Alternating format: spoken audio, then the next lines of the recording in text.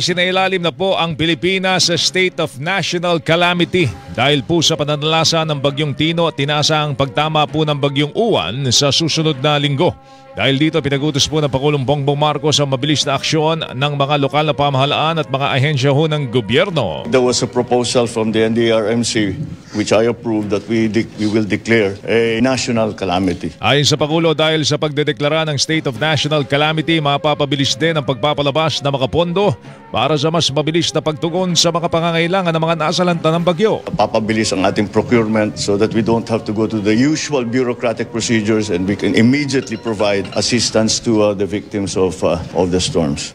Tinig po ni Pangulong Bongbong Marcos. Samantala, bukod po sa mga palpak na flood control project sa Cebu na ginastosan po ng bilyong-bilyong piso, pinaimbestigahan na rin ng Malacanang sa Department of Environment and Natural Resources yung mga nakalbong bulubundukin, quarrying operations sa lalawigan at mga pagtatayo na mga residential area sa bundok na maaaring nagpalala ng baha. May kinalaman ang mga pagpapabaya ng mga tao at ang pang-aabuso sa ating natural resources o sa ating kalikasan. So talagang po magkakaroon din po ng investigasyon dito. Tinig po ni Presidential Communications Office Undersecretary Claire Castro.